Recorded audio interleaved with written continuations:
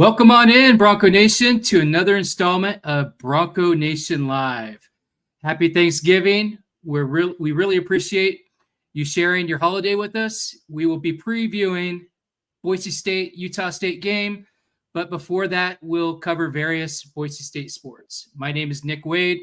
I'm joined by Sam Gillette of Sam Talk Sports. Happy Thanksgiving, my friend. How are you?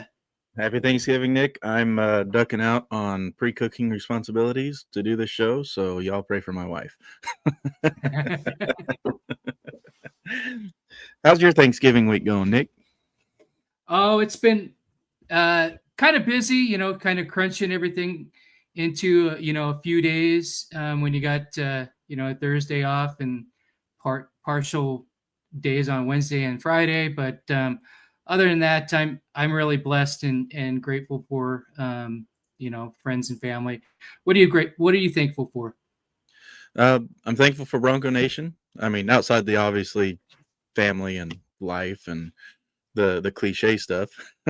Thankful for Bronco Nation tuning in and listening to us every week, and for the people that come onto the CFP roundtable. Thankful there, and just the people that make this sometimes not so well-oiled machine keep moving forward. Yep, there's lots to be thankful for. Every I try to be grateful and thankful every morning I wake up. It's a new day, some fresh air, and I get to have another opportunity at life, and I never want to take for granted some of those things that I've been blessed with. Yes, for sure. You were on a radio show here recently, right, Nick? Why don't you give us a little rundown of what y'all talked about? Yeah. Missed my regular Friday mornings last week on KIDO Talk Radio on the Kevin Miller Show, but I was able to join them this morning since they have an abbreviated week as well. But yeah, we talked about the Boise State Utah State game. Talked about how big of a struggle it might be for Boise State. Also talked about the Colorado State hired an ex Pac-12 coach to come back, and Jim Mora Jr. That broke just recently. So welcome to the Pac-12, Jim Mora Jr. I believe he coached for UW and UCLA when they were still part of the Pac-12. So I guess it's kind of a reunion for him. Yeah, he comes over from UConn, who he's got the Huskies in a good season this year. Mm-hmm. So that was a shock. That, I mean, I guess as an independent, you really don't have anything but TV money coming in. So I guess they couldn't get him to stick around. But whenever you take a program like the Huskies and turn them into an 8-3 team, yeah, sure, they're not power conference or playoff caliber team, but still an 8-3 team, a lot better than what they have been. So I wasn't surprised to see him get poached. Yeah, and I think that's a great hire for Colorado State, especially since having Jay Norvell, was a pretty good fixture for them. They kind of needs another consistent and structured coach, and I think Jim Mora Jr. kind of brings that to that program. Yeah. While we're on the notion of coaches and the coaching carousel, what do you think about coaches being poached mid-season? You think that should happen, or you think there should be strict no poaching until after January? That's a tough question because both programs are running against their own kind of schedules. The coach is getting poached. Obviously, they're having a great year as a program. They probably are take for instance Lane Kiffin. He's got Ole Miss in contention, and if they were to win everything, that would be the first time in 6 decades, I think. And right. So just having talks can kind of distract from that team, that program, reaching, the CFP and that. And then, but on the flip side, you have like the LSUs and Arkansas and some of these other um, uh, Power Four teams that are looking for a coach. They're trying to get those jobs filled with the best candidate possible. So, with Lane Kiffin out there, he'd probably be the top prospect for them. So they're all trying to jockey to get in there and get the best coach for them so that they can get rocking and rolling for next season. So I think it's I don't know. Yeah. To me, it sends a bad message whenever you're wanting your players to be locked in for the whole season, and then you're checked out 2 to 3 games from the end of the season, ready to jump ship. That sends a bad message from the top down kind of thing. But my thinking is if you set that time frame where unless you're in the playoffs, you can't poach another team's coach. Like, I mean, I understand you get into the playoffs, there's only 12 teams. Odds are those 12 teams, granted, you have Ole Miss that's probably going to be in that conversation this year, but odds are those 12 teams are going to keep holding on to their coach. So maybe the group of 5 team might not, but I digress. If you have that set up to where you cannot even attempt to interview another team's coach until the end of the season, or at least until maybe the quarterfinals of the CFP, then maybe you force other schools to stick out with their head coach. Like, we can't go bring anybody else in this year anyway. Let's just let them ride out and get some of that guaranteed money knocked off by the end of the season. So I don't know. I think it just sends a bad message whenever you're actively being poached during the season, especially during a successful season. It's basically telling your players, nah, we don't believe in our coach, or we don't believe the coaches are going to stay anyway, so go do whatever you want. So that's just me. Yeah. And I think Lane's been trying to do the best he can to kind of snuff all that out and try to make sure that they have all their attention on that. But yeah, I think I guess with it being an integrity issue, yeah. I would lean to like let these programs focus on what they're trying to do, especially for the student athletes, because they're the ones who actually are putting in all the work, and they have no control on if their coach stays or goes, or if he's, being wooed by another team. So I would say, I would side towards integrity, but until they put any kind of, regulations or guidelines, it's free game, I guess, I'd love to see Lane Kiffin just be like, yeah, I'll let you guys wine and dine me, and then at the end stay with Ole Miss just to take everybody off. It wouldn't surprise me if he did that. I mean, he's the one who marched out Janikowski out there to kick a 70-yard field goal for the Raiders just to piss off Al, Right. Well, back to Boise State sports. the reason people tune into our show. We had some the ladies in volleyball. They're undefeated this week.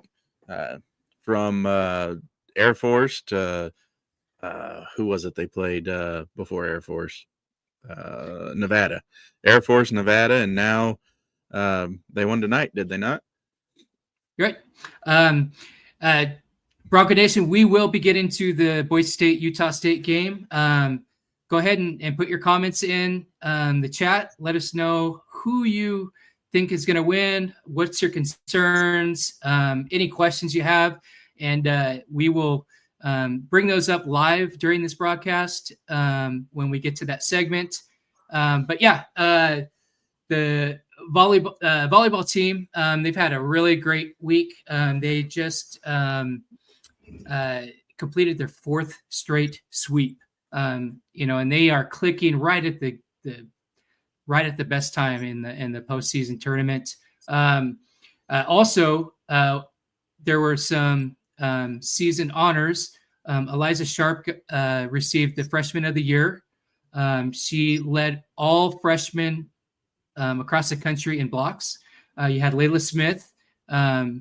She received first team honors. She's just been, in these last sweeps, she's a big part of that because of all the blocks that she's been executing. And then you had Ari Bilby. She got honorable mention for All Mountain West. So they've had a great last weekend. Like you said, they came off sweeps of Nevada, Air Force, and then they just swept Grand Canyon today in the first round of the Mountain West Championship tournament. And they're what they get from that is they get to play Juggernaut Utah State on Friday. So congratulations. Here you go. Hey, you can't make it to the NCAA championship without beating the best teams in the country. Yep. And like I said, they are peaking right at the right time. And they're kind of like this. They've been like this through the last few years. Of course, last year they picked principles over performance, and they ended up ending their season early from forfeit over with San Jose State because of the transgender rule. But yeah, they are absolutely peaking right now, and I love it. Yeah. In other championship news, the cross country, they did the NCAA championships this last, was it Saturday morning? Mm-hmm. Yeah. And the women, they placed 22nd in the nation, had 527 points, and in cross country they score like golf, so low score wins. But they did defeat six Power Four schools. With they finished ahead of LSU, Missouri, Tennessee, Texas A&M, Boston College, Virginia, and Wisconsin. Seven schools. I had to count that out. That sounded like a lot more than six. So they did compete and did well. Kaya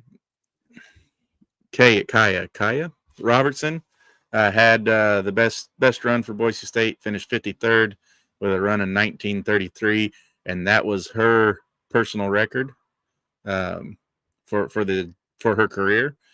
And it bested her personal record that came at West Regional of 1944.4. So she really finished strong this year to increase on those. Bianca, Coma, and Ackerman and Nanette all posted PRs in the 6K at the NCAAs. So that's good. Everyone kind of finished the year on a strong note.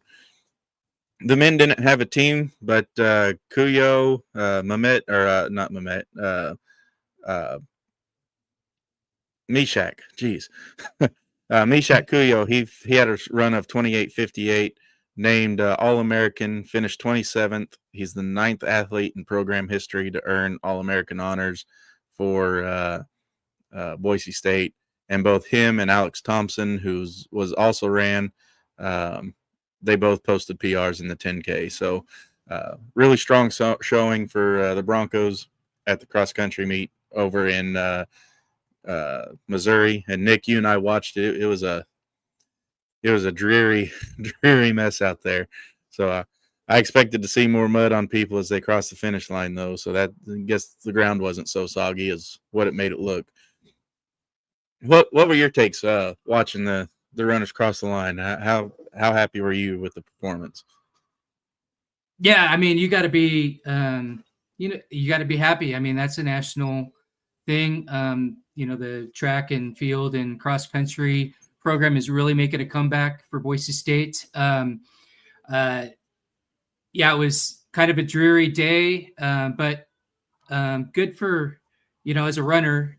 Those are actually really good days to run. They're nice and cool, but I think we were talking about that, and I did not like the schematics of that race. They had at the finish line, at the start finish, or that finish line on one of them, I think it was the 2K or the 6K split. Yeah. Like literally only had like a little box between the building and the finish line, and the poor runners were like, they're giving it their all. So when they get across the line, sometimes, you're gonna drop because you're trying to get some air, or you're exhausted, and there was just not enough room for everyone. So it was like a big herd there. So kind of felt bad for the the athletes, but yeah, I think that's a great thing for their program. I know that's what they want to do, and you got to start somewhere, and they're doing it. Yeah. The women's basketball was also in action this week. Nick, you want to give us a quick rundown of the ladies? Yeah. So women's basketball, they are currently 5-1. They're coming off a win over UC Riverside, which saw Natalie Pascoe score 19 points. She had 2 boards, 2 assists, and a steal. And then you had our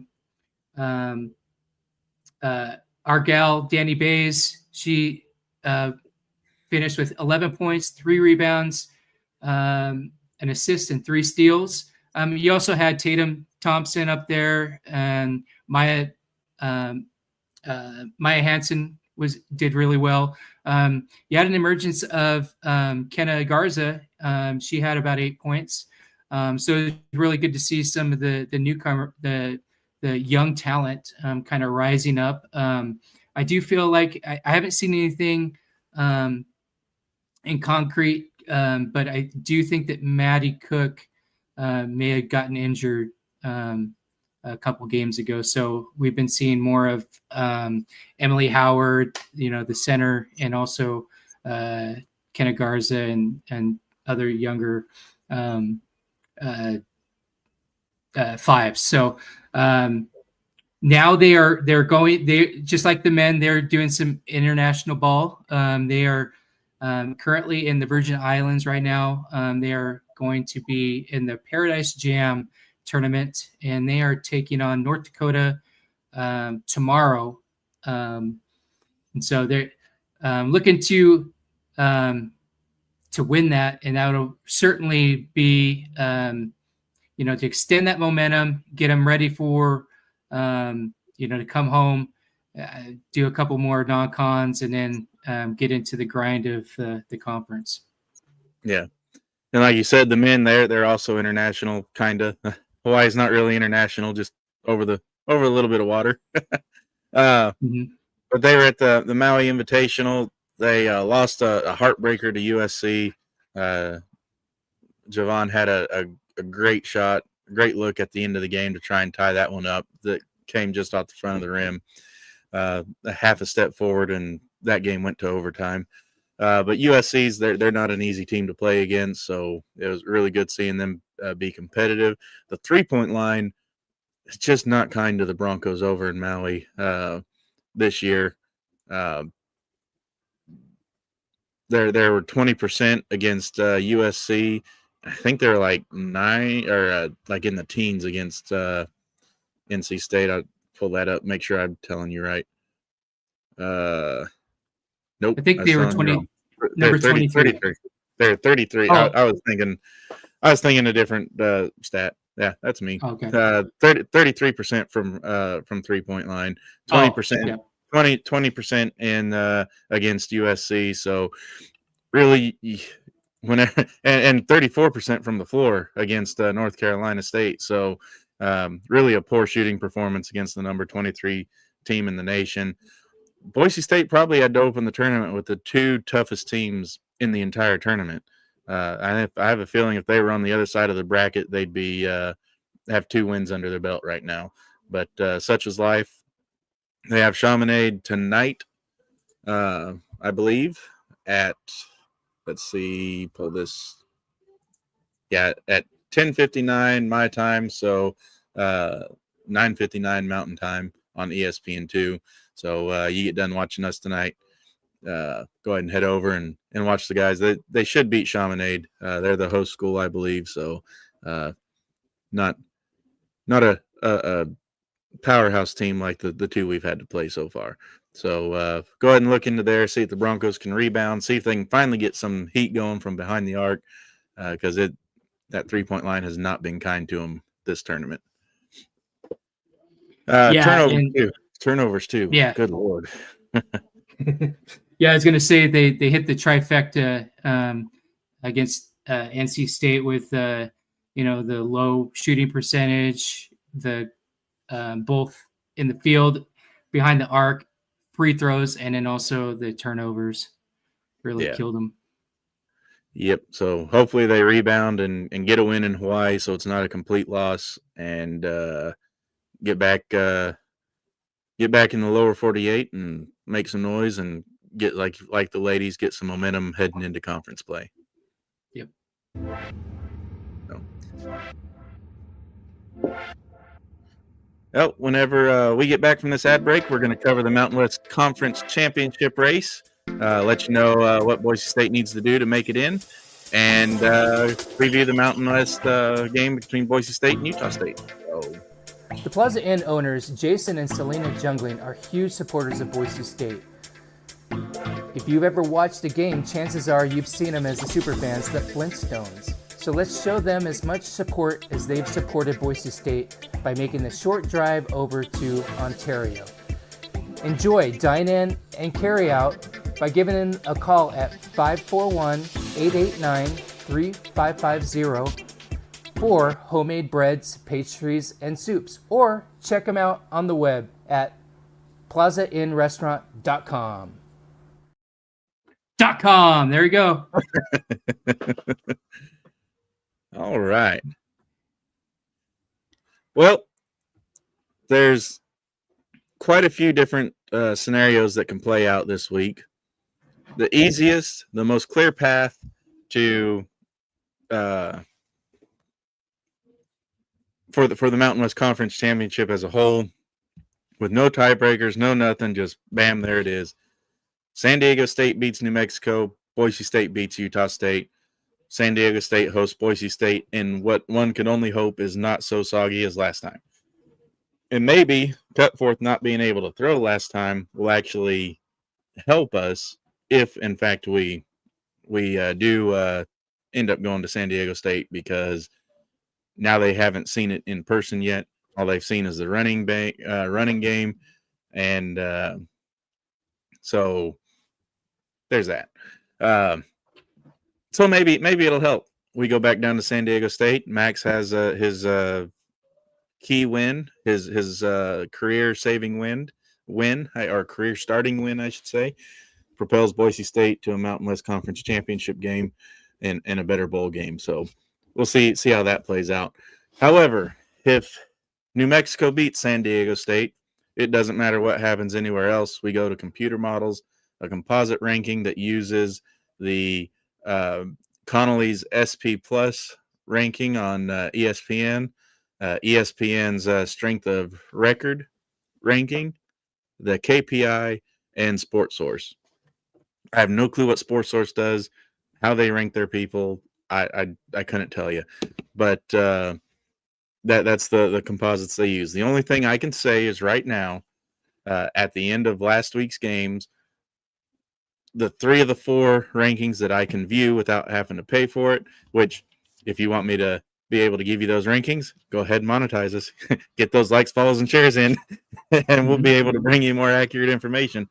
But right now, yeah, the 3 of the 4 rankings has San Diego State an average of 42, UNLV 46, Boise State 52, and New Mexico 57. So even if San Diego State loses, it is not guaranteed that Boise State will be in the top 2, because San Diego State's 10 spots above, and I don't know what Sports Source has in store. So that's why I say that the cleanest, clearest path to Mountain West Conference Championship game, beat Utah State, San Diego State does not lose to New Mexico, and then just have the rematch. That's the cleanest way. Whenever you get off of that, you get into these polls because UNLV did not play San Diego State. If UNLV had played San Diego State, then it would be head-to-head, which we'd still go to the composite anyway because San Diego State beat us. So, but we get in over UNLV and New Mexico because we beat both UNLV and New Mexico. So as long as San Diego State wins, we don't have to worry about those two. So if San Diego State drops below UNLV but not below Boise State in the composite rankings, Boise State will be eliminated and UNLV will host San Diego State. If San Diego State drops below UNLV and Boise State in the composite rankings, UNLV would host the Mountain West Conference game, and they would host Boise State. And that's even though Boise State owns the head-to-head, because the composite rankings are for the 4 teams that are still in it should San Diego State lose. So if San Diego State drops below Boise State and New Mexico jump Boise State, which could happen if New Mexico beats San Diego State soundly, Boise State will be eliminated. Even though they own the head-to-head over New Mexico and UNLV, it would be UNLV and New Mexico in the championship game. And that would make that Mountain West very, very, very happy. Yep. Boise State can only host the Mountain West Conference Championship game if San Diego State loses and Boise State beats Utah State in a fashion that allows them to jump both UNLV and San Diego State. So the best way for that to happen would be Nevada beats UNLV, New Mexico beats San Diego State soundly, and then Boise State just curb stops Utah State, and then Boise State would host New Mexico, I believe, at that point. So, which we've already done and won. So that would be the hosting. There's way more combinations of different things out there that could happen and might happen, but those are the most likely. And I'm not going to convolute all the information by giving you all those. But in short, the cheer guide for this week comes down to 3 games for Boise State. Forget CFP. That's not going to happen. We've seen today or yesterday with the CFP releasing their standings with keeping Tulane at 24, not another P4 or a G5 conference team up there. Whenever you have North Texas and James Madison both should be ranked. They're just not. CFP is out of the question for the Mountain West Conference champion, even if it is UNLV or San Diego State. It's just not going to happen. So the 3 games that Boise State needs to worry about, obviously, number 1, 2 o'clock Friday afternoon on CBS. That's the national broadcast CBS, not CBS Sportsnet, but the CBS. Boise State 7-4 at Utah State 6-5. Boise State's a 3.5-point favorite. The over/under is 55.5, and the matchup predictor has Boise State winning 64.6% of the time. Obviously, Bronco Nation wants Boise State to win. The second game, in the game that could make the third game irrelevant, San Diego State 9-2 at New Mexico 8-3. That game actually kicks off 30 minutes before Boise State. So by the end of the Boise State game, we could already know the Mountain West Conference Championship game. That game kicks off 1:30 Mountain Time on CBS Sportsnet. And that's got San Diego State as a 1.5-point favorite with a 41.5 over/under. Matchup predictor has San Diego State winning 51.6% of the time. And obviously, just for the simplicity of it all and to not have to wait for the composite rankings to come out, San Diego State should be the Boise State's pick. Should San Diego State lose on Saturday, number UNLV 9-2 at Nevada 3-8. at 7 o'clock Mountain Time on CBS Sports Net. Nevada's UNLV is a 9.5-point favorite. The over-under is 52.5. The matchup predictor has UNLV winning 81.9% of the time. If San Diego State loses, Bronco Nation wants to cheer hard, and I know it burns every bone in your body to have to do it, but cheer hard for Nevada, because if they win, there's a good chance Boise State will host if San Diego State also loses. So that's your cheer guide and your conference rundown. There's really 4 teams in it: San Diego State, New Mexico, Boise State, UNLV, but really only 3 teams vying for the 2 spots because San Diego State and New Mexico play each other. So whoever wins that game is going to eliminate the other. So realistically, as a Bronco fan, we want to win, and then we also want San Diego State to win so that we can do a rematch in San Diego, and hopefully it's a sunny San Diego this time. Right. And Bronco Nation, if you have Nick's cell phone number, you need to text him every time San Diego State scores and every time Boise State scores, so he knows. I'm kidding. That's an inside joke because I already know. So yes, Nick knows. I promise you. Mm-hmm. All right. So moving on, we've got some notes to cover. Nick, who are you most excited to see in the secondary this week? Our secondary has come on so strong this year. One of the best in the country. 4+ turnovers multiple times this year. The first time that's happened, I think, since 2015, if I'm not mistaken. They're just putting it on. Even with the loss of Amaria McCoy for the season, there was no drop off against Colorado State. They laid it on even heavier. Who are you most excited to see this week step up and continue that momentum forward for the Boise State secondary? Yeah, very happy for Jeremiah Irby. I know that, on our show, we've been kind of critical with him, which was rightfully so. But, just like last year, he turned it around towards the end of the season. This year, he stepped it up or a little bit earlier than he did last year, and, playing the ball. He's been really good locking down, most of the time on that island. And now he's the man, right? Right. With McCoy out, he is the man. But I am really interested in seeing, how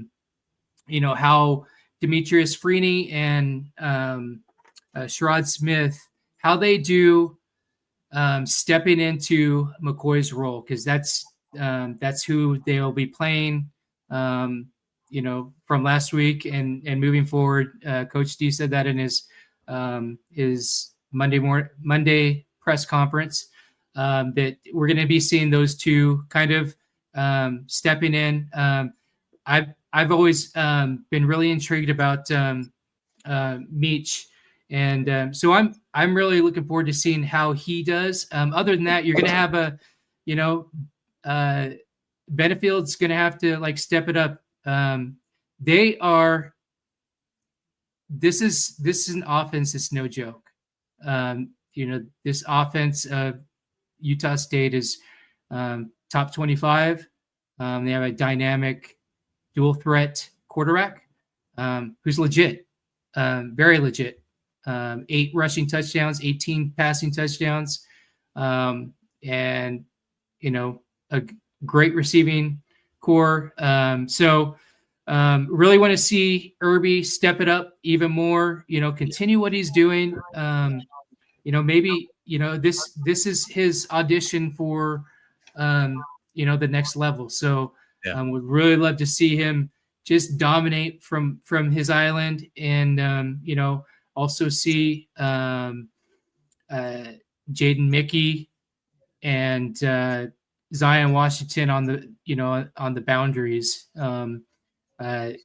It was awesome seeing him last week. Jaden Mickey forced the fumble. Irby recovered it. Want to see some of that kind of stuff. So that's kind of what I'm looking forward to. I think that if they produce like that, we have a good shot at shutting this offense down. Yeah, and Boise State's been dominant with Utah State. They have a chance to go 25-5 against them should they win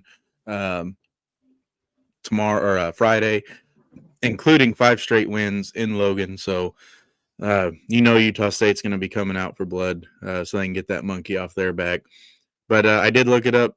It is 4+ takeaways in 3 games for the first time since 2015. So our defense is firing on all cylinders, and our offense is starting to pick up too. They hit 533 yards last week against Colorado State, making it the 4th time this season they've totaled over 500 yards of offense. Just to give you an idea of how crazy that is for 400 to 500 yard offenses. Boise State has had some high-powered offenses over the years, but it's the first time since 2004 that they've put 4 500-yard plus games together. So keep that in your mind when you're thinking about our offense and how you think that it's running stagnant. It may have had a couple games where it's just kind of, against San Diego State, it was a rainy, messy game, and it seemed like the staff didn't trust Cutforth, but we'll move on past that. Put up 500 yards against Utah State and then go down and put 500 yards against San Diego State, and maybe get into a really good bowl game. Probably won't be a college football playoff game. In fact, I'm sure it won't be with 4 losses, but get a good bowl game and end the season on a high note, and that'll make up for some of the frustrations we've had this year. And also good to note that Utah State is undefeated at home this season, and it would give me utter joy for us to go in there and stomp them and send all their dorky fans home crying.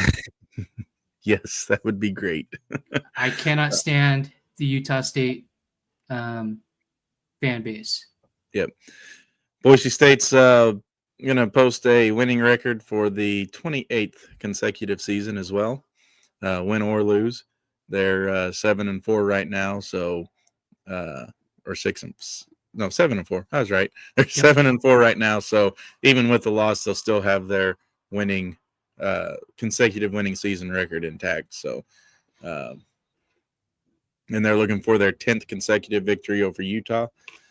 And Utah, like you said, it's first home loss of the season. Why don't you give us the stats? Yep. Let me pull that screen up. Oh, you cheeky little thing. It closed completely out on me.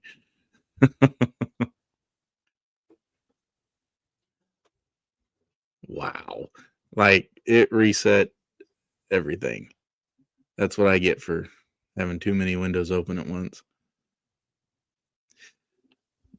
Come on. There you are. So Boise State open. So, in other news, all right, Boise State opened as a 4.5 point favorite. The spread is now set at 3.5, 55.5 point over under.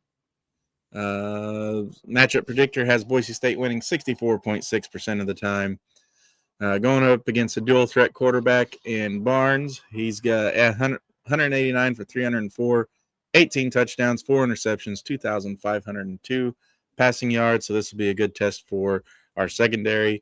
I have a feeling this is going to be a lot like the Air Force game. It just kind of has that setup with the type of quarterback they have, able to throw the ball and run the ball. Davis, their running back, has 118 carries, 7 touchdowns, 689 yards. Their best wide receiver is Pagan, 58 receptions, 898 yards, and 5 touchdowns. Their sack leader is Miller with 7.5 sacks. He's also a leading tackler with 95. Over on the Bronco side, you got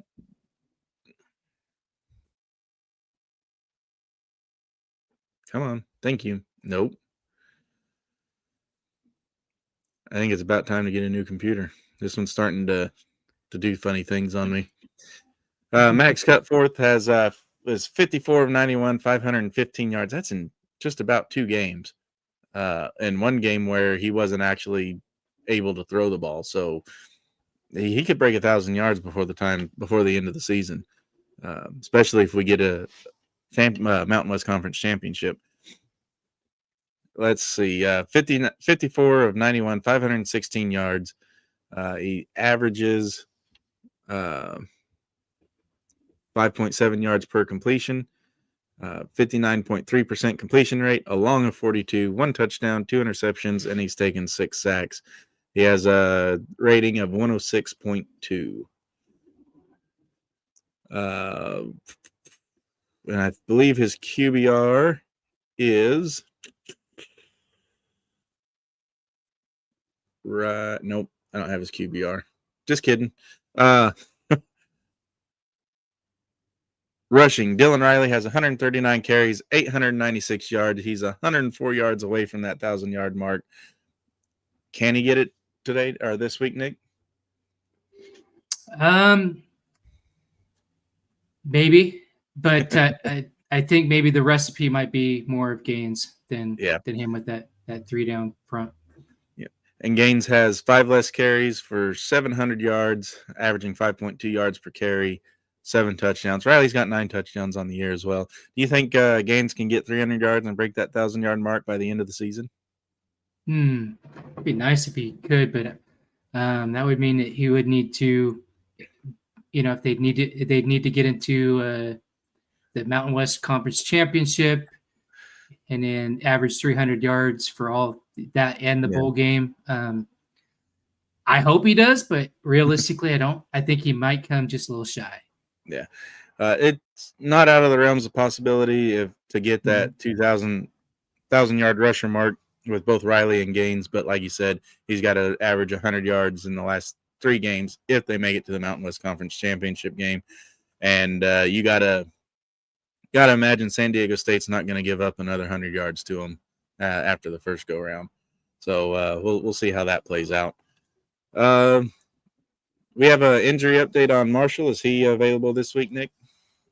Yeah, for all intents purposes, Coach D said that he's a go. Also, Terrell's a go after that concussion on last Saturday.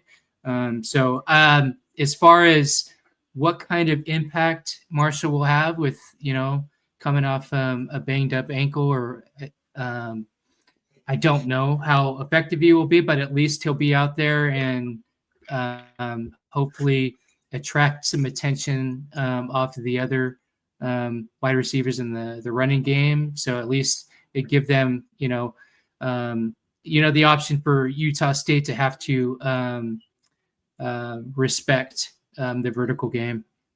Yeah, and we've talked a lot about Caples not seeming like he's been targeted much.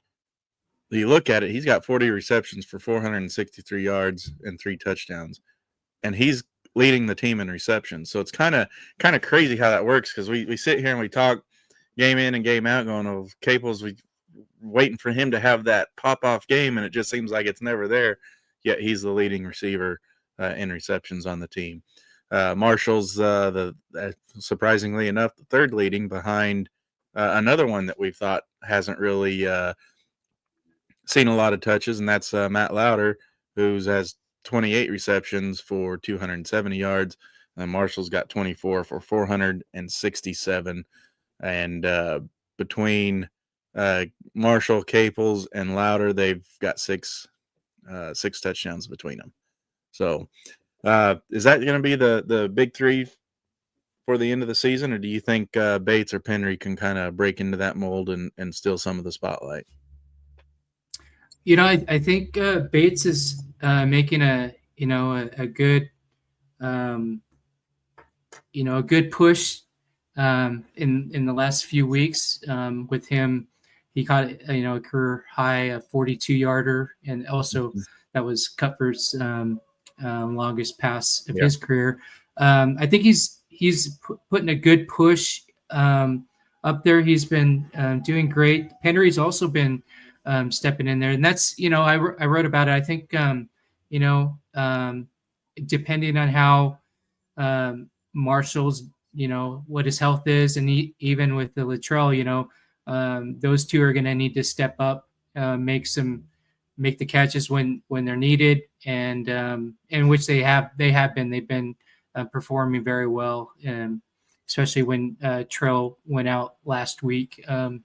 Penry did a great job at being coming across the middle and in those slants and securing the ball.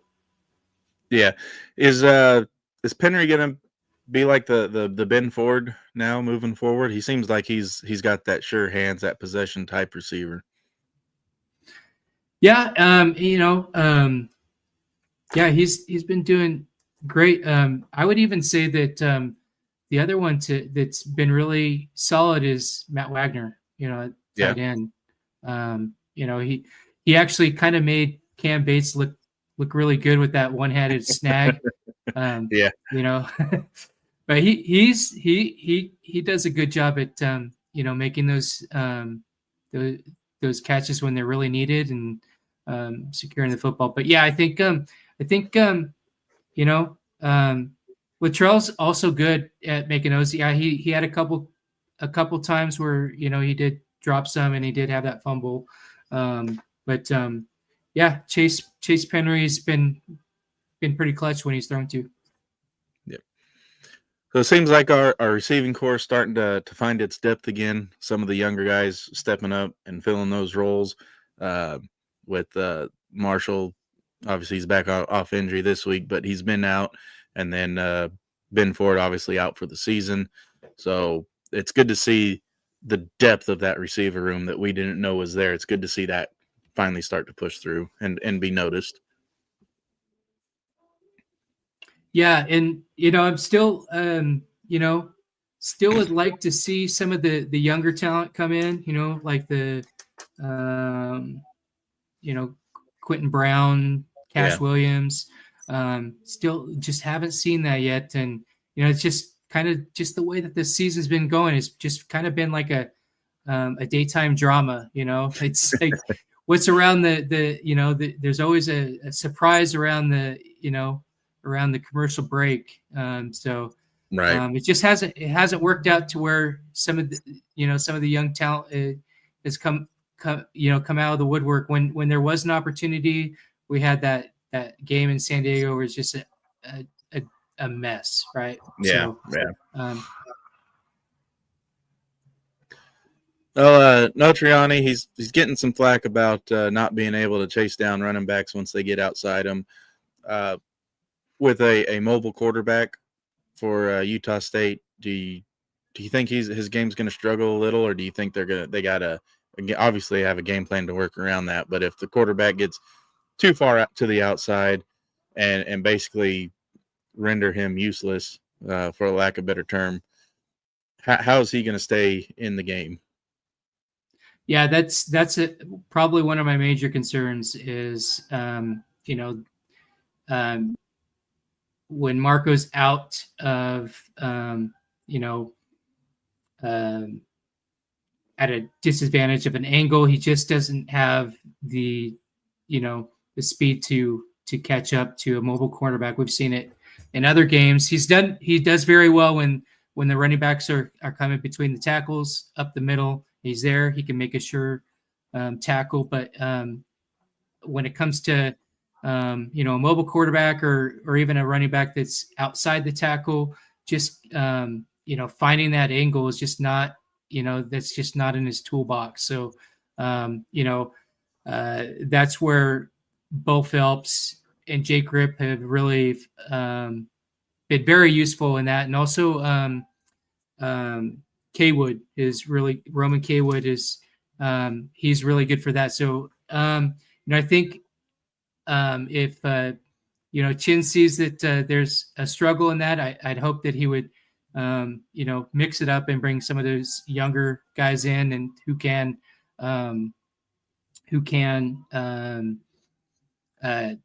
hit those angles and hit the gap and catch up with the mobile quarterback or even Miles Davis if he gets outside. And then also that's what I wrote about is it's really crucial that our boundary safeties are there to pick up the slack too. So like Zion Washington and Jaden Mickey on the outside to really close in on those. And so yeah, that's a big concern for me. Yeah, and they're going to have to keep an eye on the backfield, but also keep their assignments in the secondary because the RPO could be deadly if they don't. Yeah, and with Pagan, he's had 4 receptions of over 50 yards, I believe. So there's a threat down there when things break down. I'm sure that's part of the mix is that run pass option for them, and then also missing your assignment, not staying, not doing your job could really bite you in the butt. Yeah. Feely's got 5 sacks on the year. It seems like his tackle production's fallen off, though. Is that concern? Did he make the right call coming back? Obviously, Bronco Nation, we wanted him back, but given the year that he's had so far, it just seems like his production's down. Should he be concerned about hurting his draft stock at all by coming back, or do you think he's fine? Yeah, I'm not sure. I don't think that he's had a bad year. I think his presence has been shown. I mean, like even last week, they held Colorado State to 35 yard, 30 between 30 and 50 yards rushing. So I think just his leadership is rubbed off on people like Deion Washington, De Latu, and others on the front line. But I think without he's not really high on the tackles either, and 5 sacks you really want a little bit more than that. So I don't know. I'm not an expert in the draft, but it wouldn't surprise me if he went undrafted, or maybe he'll pick up a free agent signing, or maybe even a practice squad position. Yeah.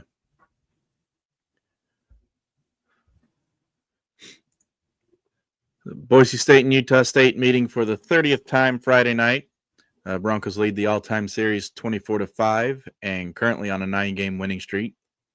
Having last lost to the Aggies 52-26, October 16, 2025. So we definitely don't want that to happen. Boise State's an 11-3 on the road and have won 4 straight matchups in Logan. So this will be their 5th. Since joining the Mountain West in 2011, Boise State holds an 11-1 mark, average winning by an average of 23.9 points. So do you see a game of that caliber, or you think it's going to be a lot closer than the 23.9 points? Yeah, I don't think that they're going to – I think they're going to be under on this one. I think it's going to be a closer. It's just this is going to be a tough one for Boise State on the road against the undefeated Utah State at home, coming off a nice win against Fresno State. They have the momentum on their side, and then having the top 25 offense. I think that this is going to be if Boise State's going to win this, they're going to have to chew clock. They're going to have to control the line of scrimmage and keep Bryson Barnes contained inside the pocket, and let Irby and Buck work center field and get some picks. Yeah, the last one possession game these two played in. I'm trying to think here. Give you a hint. The score is 33-27.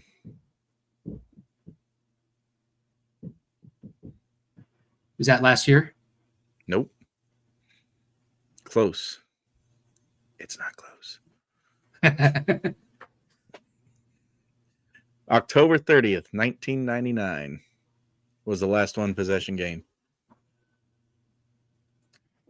Well, I'm leaning that way this time. So yeah.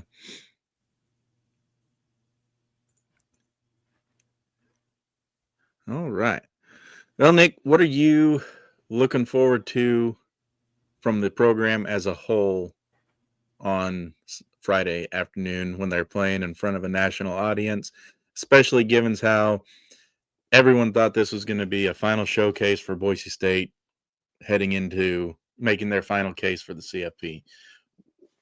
Given that kind of letdown from CFP to, okay, we're just fighting for a Mountain West Conference championship game, what are you most looking forward to out of the game come Friday? Well, I'm a dreamer, and I've been dreaming about Boise State defending their title to go three-peat, and they have the opportunity. And so the main focus I want to see is just win, baby. I mean, for real, just win. I think the keys to this, knowing that Bronco Mendenhall is a great coach. He's got all three phases of his team looking pretty solid. He clipped us when we played him. I think he was the coach of Virginia. So I always remember that. He's a great coach. So the Broncos are working against that. They run a three down line.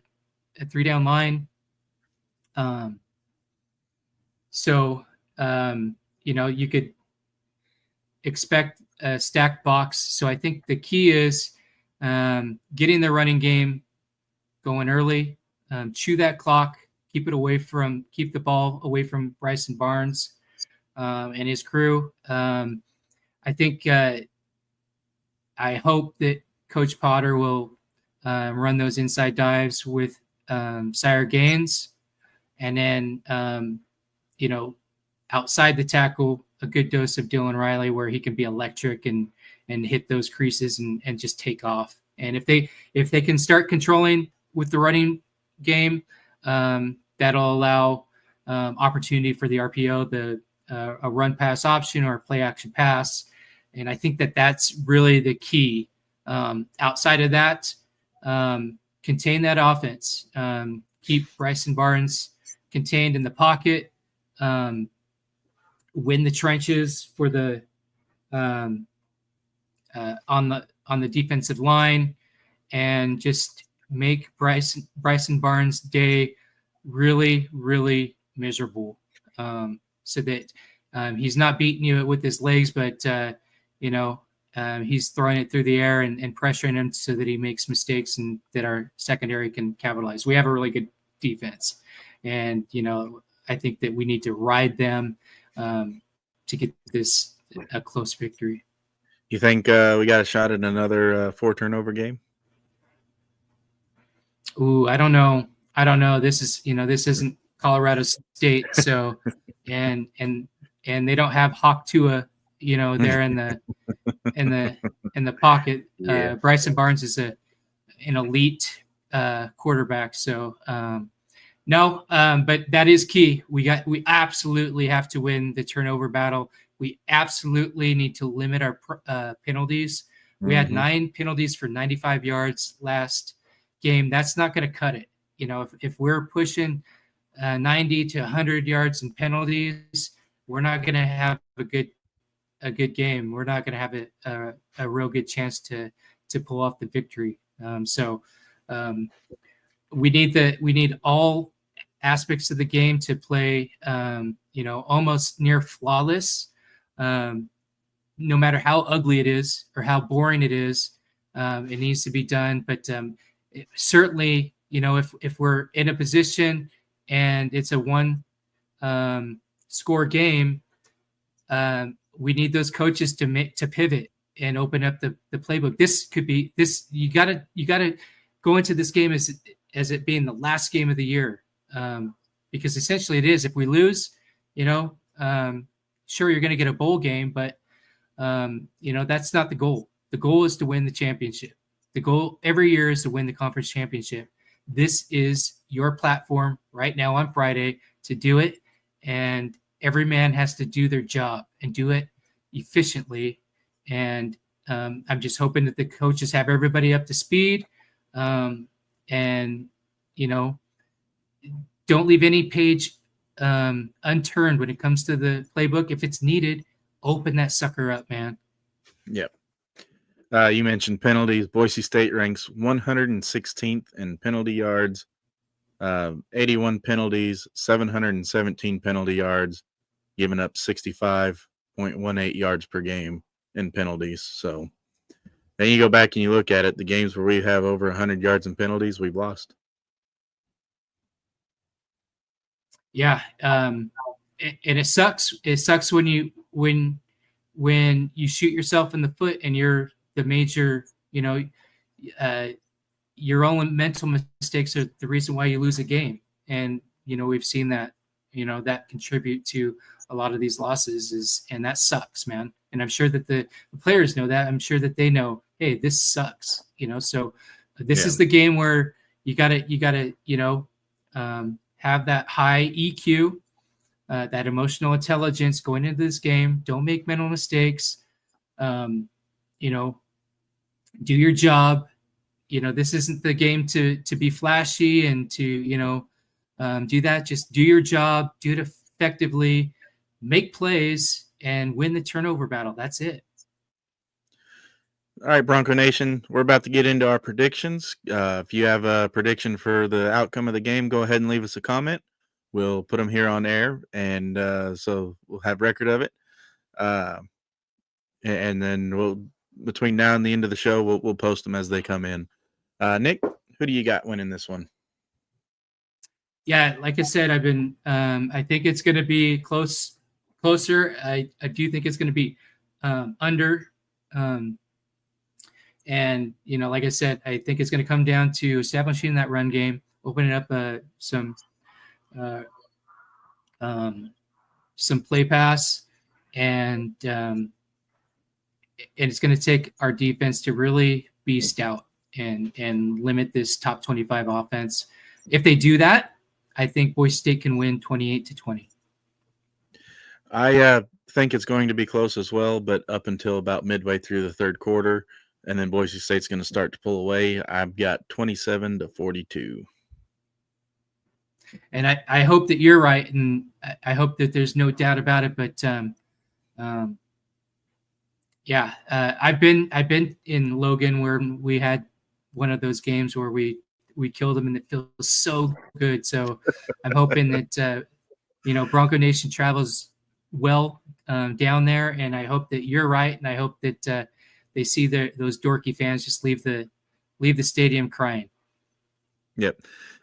Well, we're going to take a quick break here, Bronco Nation. Whenever we come back, we're going to look at the week ahead in sports. We got some championship games coming up, or championship caliber games, I should say, coming up. So tune in. We'll fill you in on what you need to know for the week ahead. We are cruising right along in 2025. Are you looking for a healthy change? Just breathe and let the Organized Experience help you embrace change. The Organized Experience team masters in the art of helping people find freedom through decluttering, organizing, and creating organizing systems. So let Stacy's team help you in 2025. Visit their website at theorganizedexperience.com.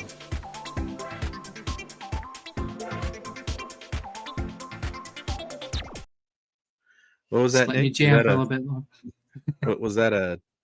.com. .com. Yep. Yeah, I'm going to get you a shirt that says, do all the things. .com. All right. So tonight you got men's basketball looking to do their rebound against Chaminade. That game is going to be on ESPN2. It's at 10 o'clock Mountain Time. So laying in bed, can't go to sleep, pop on ESPN2 and have a go at it. Over on ESPN Plus on Thursday, your Thanksgiving viewing pleasure at 1 o'clock. The women's basketball is playing North Dakota and the U.S. Virgin Islands on ESPN Plus. That game, 1 o'clock Mountain Time. Go get your turkey, your stuffing, your cranberry sauce, your green bean casserole, oh God, I'm hungry. and plop down on the couch and watch the women take care of business over in the Virgin Islands. Black Friday, you've got the women will play the winner, or they'll play, I guess if they win, they'll play Elon or Tulane, or if they lose, I guess they'll play other people, but I'm not quite sure who those are, but they will play November 28th. Yeah, Friday at, looks like, either 10:30 or 1, so the time's still to be determined. So keep an eye on that.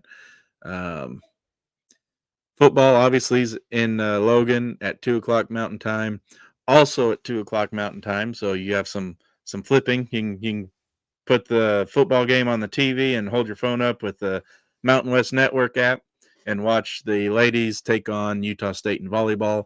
That's at 2 o'clock Mountain Time on Friday as well. Saturday, women's volleyball, if they get past Utah State, will play in the Mountain West Conference Championship game on Friday. And that pretty much does it for your sports until we get into the Mountain West Football Championship game. Will be on a Friday this year. So that's going to be on Fox on December 5th if Boise State does make it. And then the indoor track and field kicks off next on the 6th, I believe, December 6th. The indoor track and field kicks off. So the cross-country runners that did well to end the cross-country season, they'll be doing track and field as well. So that's your week ahead. Coming up on winter break, so there's not going to be a lot of sports to talk about. The college football roundtable is not happening this week, but it will return next week. Looking probably either a Thursday show or a Wednesday show. We're trying to figure that out with the championship games on Friday. So, but I'll follow the Facebooks and do the things, and you'll stay up to date. Nick, what do you got going on this week? Yeah, this part of the sports calendar can be pretty busy for Bronco Nation updates. You got the championships going, you got tournaments, invitationals going, and then so yeah, it's and then with those invitationals and stuff, you never know who's coming up, so you're constantly checking to see, okay, who's winning here and that, and so but then after this weekend, things will start to get back to normal. You got after this Maui Invitational, the men are going to be, they're still in the thick of a really good non-conference schedule. They're looking forward to Butler, Duquesne, and St. Mary's, all great opponents. So really looking forward to seeing the men bounce back tonight against the home team, and leave Maui on high, right? So yep. Yeah, other than that, we are working on getting everything together for our 3rd annual Bronco Christmas on the Blue. I'm working with Bronco Life at the Boise State University to get student athletes to help to bless some children that will be adopting again from City Light at the Boise Rescue Mission, and just making, bringing some light to them in the Christmas season, because they're living at the rescue mission. So they always enjoy that, and we always appreciate the student athletes for helping us out. So we're getting that together. So if you want to get more information, it'll be posted in the front page in BroncoNationUpdates.com. So stay tuned, keep checking back, and we'll get you the details. Always looking for people to help give, and also volunteers. So just stay tuned, and we'll have more information on that. Now, last week we kind of took a little deeper dive into Blue Elevation and what it was. There's another thing that focuses more on the business side of things. That's serving Bronco Nation. Do you want to kind of give us a deep dive into what serving Bronco Nation is and what the money that is donated through there goes to and how it's used? Yeah, so we like to focus with local small businesses, entrepreneurs. We're also open to major contributors to businesses, and we have a great reach at Bronco Nation Updates. We reach millions of viewers every month.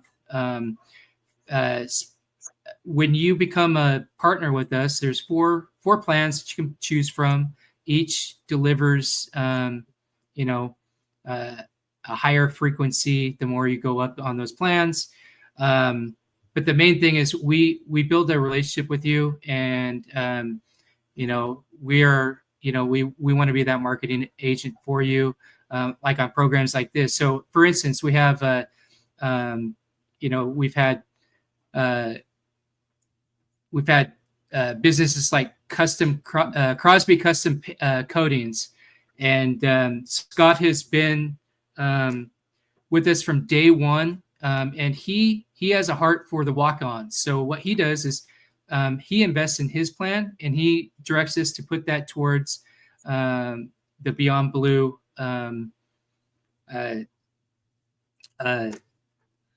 scholarship, and that goes to walk-ons for any sports. We deliver that to Boise State, part of their academic achievement fund, and that is dispersed among the athletes that don't necessarily have those scholarships, but they're making their way through college, and that's what helps that. And we give these businesses wherever they want to put their money to invest in Boise State, we'll put it. If they want to go in the general crowdsourcing fund, it'll go there, and then or if they wanted to go to specific program like Loretta's music studio, they put in a gift for both the football and the softball program. So we did that, and then we go to work for them and advertise their business. So that's just kind of a granular approach to it, but it's really when we partner with these, it's a relationship, and we treat their business like it's ours, and because what they're doing is a great thing. They're investing in student athletes, and that's where our heart is, and we want to bless them, and then we want Bronco Nation to support these companies who are supporting Boise State. So kind of an overview of that. We're always looking for more partners because we really want to build up these programs and help out Boise State. And we like doing what we do. We love doing these Bronco Nation lives. We love doing Blue Turf Talk with professional athletes from Boise State, recruits that are coming to Boise State, and then also active players on Bronco Talk. So that gives you your company views when we do those, because we're proud of our sponsors, and I hope that we make them proud, and we're aiming to perform for them and meet those results. All right. Yeah, I've learned a lot. I didn't know there was some of these people that were out there, and so I'm excited that they're showing off their business, and Bronco Nation's reaching out and getting business off of them. So it's a good thing. Yep. And I would be remiss if I didn't shout out one of our staunchest supporters, our day one, and that's Stacy McLaughlin from the Organized Experience. She's been a pro member for 3 years now, and we really appreciate your support. She loves the football team, and that's how she directs her investment into the directory, is that goes to the football program every year. All right. Well, Nick, you have any final thoughts for the week? Yeah, Bronco Nation, if you can swing it, I know it's Black Friday. If you can swing it, get on down to Logan, support support the fellas. This is a must win. We need you down there to be loud, try to make it a home game for them. And, the reward is watching the dorky Utah Aggie fans cry at the end. So make sure that you get down there, wear your black. I guess it's a black game. Wear black. So show up, be loud, be proud. And really thank you guys for watching and spending your Thanksgiving Eve with us. And if you're watching this on the replay, thank you for watching it. Hopefully it's on in the background while you're making your turkey and your stuffing and all that good stuff. And help us out. Do all the things. Comment, like, share, and we'll take those comments and your questions and we'll use them for, like the post-game show and other things. We can, I can write an article about any kind of question you want. So yeah, just we hope that the masses go down to Logan and support the team and watch the Broncos win this, because the season's on the line. Yep. And Nick and I will be back with the post-game coverage about 20 to 30 minutes after the game ends. Gives us time to update all the stats and everything and get those pushed out. So be on the lookout for post-game coverage right after the game. Subscribe to YouTube, hit the bell so that you get notified when we go live so you don't miss it. And that helps monetize the channel, which helps Boise State. So you help us, we help them. Capiche? Yep. Capiche. .com. Nick, what's on your Thanksgiving menu before we head out? Oh, just doing, the Thanksgiving thing. I think we're going to be going over to Jennifer's folks and watching them do the lighting, for Christmas lights. And so that's something we do every year. So just going to have a blessed day tomorrow and be, count my blessings. God's been good to me. It's always good going to somebody else's house for Thanksgiving, because then you don't have to clean it up. Exactly. I don't get that luxury this year. We're straying a little bit away from the traditional turkey and stuffing and all that. I mean, we're still having stuffing. We're not doing turkey or ham. We're actually going with steaks, New York strips, and ribeyes. So I'm all about that. Yeah, steaks, mashed taters, gravy, turkey stuffing. So there is kind of turkey there. Cranberry sauce, green bean casserole, mac and cheese, yams. Yep. Yeah. I'm gonna go start eating pea salad, deviled eggs. Gonna have a cheese dip and little smokies and a corn dip. It's for dessert or for appetizers. We got a cherry pie, a caramel apple pie, and a pumpkin pie for dessert. Rolls. If you're in East Texas, don't have anywhere to go, give me a holler. I'll tell you where you can go, because it's all mine. I kid. If you got nowhere to go and you're in East Texas, shoot me a DM. I'll get you hooked up.